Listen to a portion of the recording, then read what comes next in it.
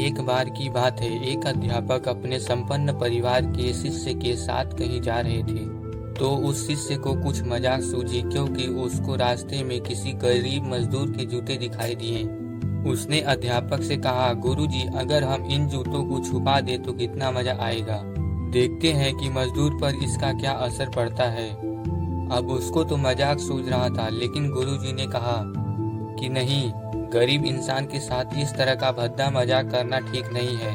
उन्होंने कहा, क्यों ना हम इन जूतों में कुछ सिक्के डाल दें और देखें कि इसका इस गरीब मजदूर पर क्या प्रभाव पड़ता है। उन्होंने ऐसा ही किया। जैसे ही मजदूर अपना काम करके लौटा और उसने एक पाँव अपने जूते में डाला तो उसको कुछ कठोर सा महसूस हुआ।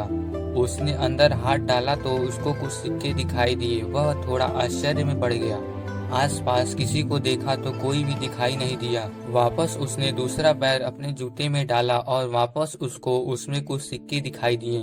अब दोनों जूतों के सिक्कों को उसने अपने हाथ में रखा और प्रभु की तरफ इशारा किया। हे प्रभु, पता नहीं किस भले इंसान ने यह सिक्के मेरे जूतों में छुपाए हैं, लेकिन जिसने भी छुपाए हैं उसको मेरी दुआ है, ताकि इन पैसों से मैं अपने बच्चों और बीवी के लिए कुछ खाना और दवाइयाँ ला सकूंगा। और इतना बोलकर वह चला गया। इस बात को शिष्य और अध्यापक दोनों सुन रहे थे। अब अध्यापक ने शिष्य से पूछा कि अब तुम मुझे बताओ कि तुम्हें कैसा महसूस हुआ, तुम्हारी पहले वाली मजाक या मेरा यह तरीका।